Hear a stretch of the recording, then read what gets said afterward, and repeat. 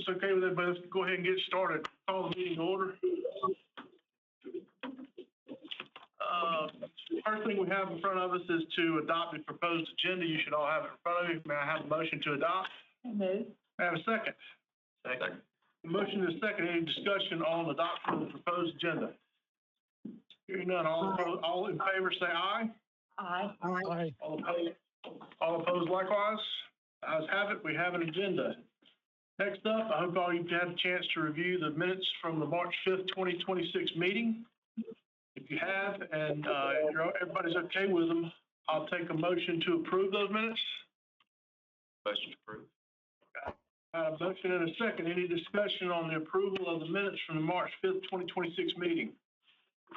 All in favor of accepting those minutes, please say aye. Aye. Aye. Any opposed? Ayes have it. Minutes are accepted. For the chair's report, I don't have anything. Mike, is there anything that I'm missing that needs to come right now? No, sir. Nope. All right, that's over. Next up is the CEO's report. I'm gonna turn it over to Mr. Hitchcock. Thank you, Mr. Chairman. As I think everyone knows, the primary purpose or the reason that we have an April meeting so quickly on the heels of our March meeting is there's a statutory requirement that the commission either reaffirm or amend the AIP and SIOP prior to May 1st. And I think, as you will recall, I provided a slightly amended copy of the AIP at the last meeting. The changes were pretty light in nature, given that we had done a fairly massive update to the AIP SIOP in 2025 after our strategic asset allocation review. And I talked about those changes.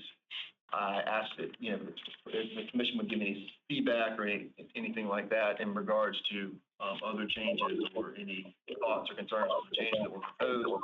I've not received any in the interim. I do have those two things that I would like to address. One is I think if you recall, there is a section of the AIP SIOP that has strategic initiatives. We had talked about potentially what those could be. And, we kind of at the staff level, because we're so involved in this Climb to 2030 initiative, that kind of subsumes our strategic planning for the next 5 years. So we have certainly been very much involved in that.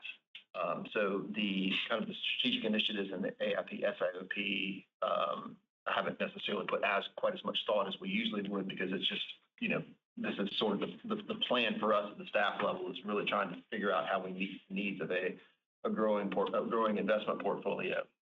But I do think it's important for us to have in the document memorializing that Climb to 2030 initiative, as well as I think it's important also for us to memorialize that we are, looking to work with PIVA and GRS on a contribution reduction plan, and that so that we can anticipate the portfolio changes that need to be made whenever contribution rates start to decline, so that we can provide the liquidity that the plan's going to need, which is a little bit different than it is now. So I do have two proposed strategic initiatives, and they're just along the lines of what I just outlined, and I'll read them to you. The first one is to initiate a multi-year execution of the Climb to 2030 strategic growth plans that have been developed through challenging belief exercises and organizational reviews to scale the investment portfolio and meet the organization's human capital, digital infrastructure, systems, and physical resource needs required to manage a growing investment portfolio. So that's the one that will memorialize what we're doing, especially at the staff level, to implement the Climb to 2030 strategic growth plans. Second would be to work with PIVA and GRS to develop a contribution reduction glide path plan to provide visibility into portfolio changes that will be necessary to manage plan liquidity when SCRS cores reach the requisite funding level from which employer and employee contributions may begin to be reduced. So those are the two strategic initiatives that I would propose to be included in the AIP SIOP. The only other potential change that I'm asking for is esteemed legal counsel asked me to include a clarification in the investment delegation policy about the three-day requirement for us to provide you with materials after we close an investment. I unfortunately did not include esteemed legal counsel's recommendation on that in my first draft. Really, the clarification there is the delegation policy says that we have to provide the requisite materials to the commission within 3 days of making an investment. We've always interpreted that as 3 business days. Yeah, and that's so that is. We just want to make sure that that's clear, that it's 3 business days, not just necessarily 3 days, given holiday schedules and things like that. So those are and that is included in the draft provided you all for this meeting. So those are the 2 changes that I'm recommending. Anything else, I'm certainly address. But the caveat will just be that we adopt the strategic, the AIP, proposed AIP as presented, and include those strategic initiatives that I just talked about. Certainly happy to answer any questions.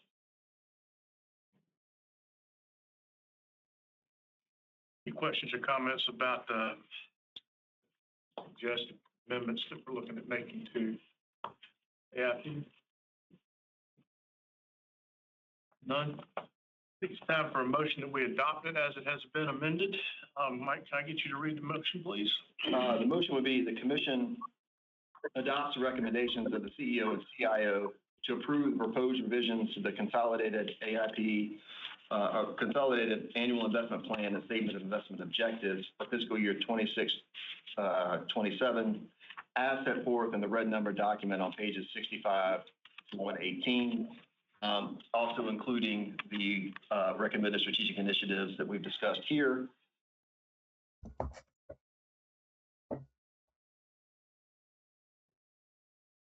First, 2026. 2, certifies that RSIC is in compliance with the Sudan divestment policy without taking additional action due to the method of implementation utilized in the portfolio. And 3, authorizes staff to finalize AIP by making any technical revisions or formatting edits consistent with the action taken by the commission. Just real quick, address the Sudan divestment policy. We, by state law, just a reminder, we do have a requirement that we not invest in companies that are in some way exposed to Sudan and the genocidal actions that have been taking place there. However, if you passively implement, that doesn't apply. So this is just a certification that because we passively implement our equity portfolio, that we don't have to take any additional action. So that is the motion. So that's the motion as proposed. Can I get somebody to move to make that? I have a motion. May I have a second? Is there any more discussion about the motion in front of us? Hearing none, I'll call for the vote. All in favor, say aye. Aye. Aye. Aye. Are there any opposed? Hearing none, motion passes. Next up is delegated investment report. I'm going to turn it over to our Chief Investment Officer, Mr. Brian Moore. Sorry, it's only been a month since we had our last meeting, so we've had we've had 2 investments with 1 manager approved in that period of time. So, sorry, there's a lot. Yeah. You go faster, Mike. Yes, Mr. Moore. Apologize.